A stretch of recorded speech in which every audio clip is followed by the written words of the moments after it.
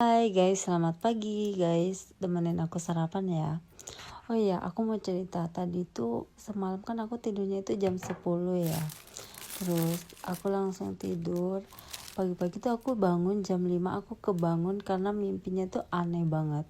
Aku tuh mimpi ke rumah temanku. Terus di rumah temanku tuh banyak banget ular, gede-gede banget. Pokoknya intinya tuh rumahnya tuh kayak dikelilingin ular gitu loh.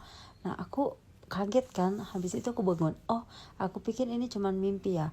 Menurut kalian apa sih pertanda mimpi kita ketemu ular banyak banget? Dan ularnya tuh bener-bener kayak gede, kecil, semua rumahnya tuh dikelilingin ular gitu loh. Sampai aku tuh kepikiran, karena aku tuh anaknya jarang mimpi ya, jadi kalau semimpi tuh aneh.